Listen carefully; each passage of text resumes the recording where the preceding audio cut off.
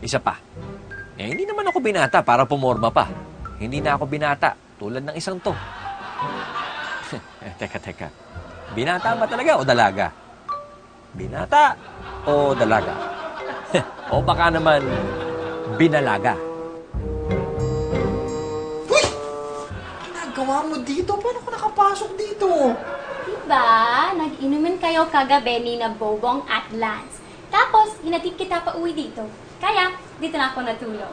Oh, ba't nandito ka pa? Hinahanap ka na doon. Alis! Hindi ako uuwi. Dahil ito ang bahay ko. Dito ako dapat kasama mo.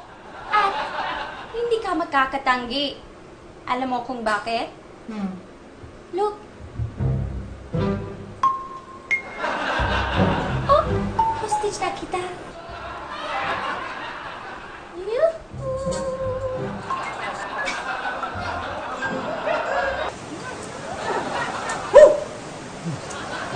Sa'yo, masarap ha? In fairness, masarap to ang luto mo ng ulam to. Sinigang na adobo. Invento ko yan. Tsaka, ano ba? Sumasarap ng luto ko. Lalo kapag mahal ko ang ipinagluluto ko. So, mahal mo ko, gano'n?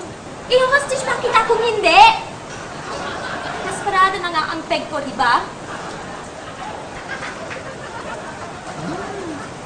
Nakakalimutan ko lang ng may ganito, no? Yung may nagluluto para sa akin, tas lalalala ako, lalakak lang. In fairness, hindi ko naman feeling na hostage ako sa kong bahay.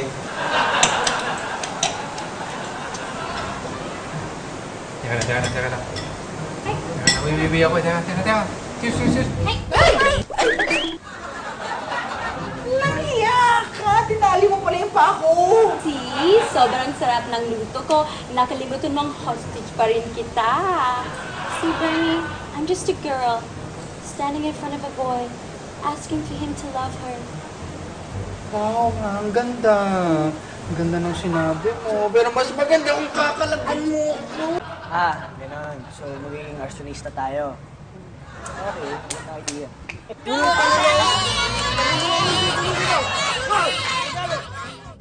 Alam mo, Natalia, parang okay lang sa akin na dito ka nalang tumira.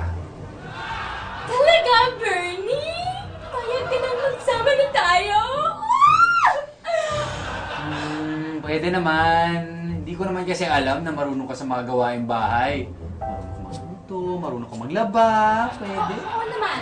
Lahat naman kaya kong gawin. Lalo na para sa taong mahal ko. Sa wakas! Ako na si Mrs. Bernie Pinagkakalat! Hoy, ano sinabi mo? Ano sinasabi mo, Mrs. Bernie Pinagkakalat? Diba? Sabi mo, pwede na tayong magsama, husband and wife. O di ako na si Mrs. Bernie Pinagkakalat! Ginagawa mo mo pagsisigaw yung apelyido ko.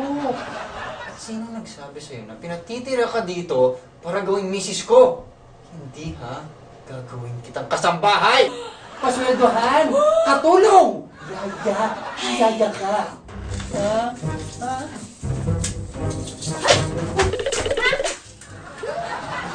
Ano sabi mo? Bernie!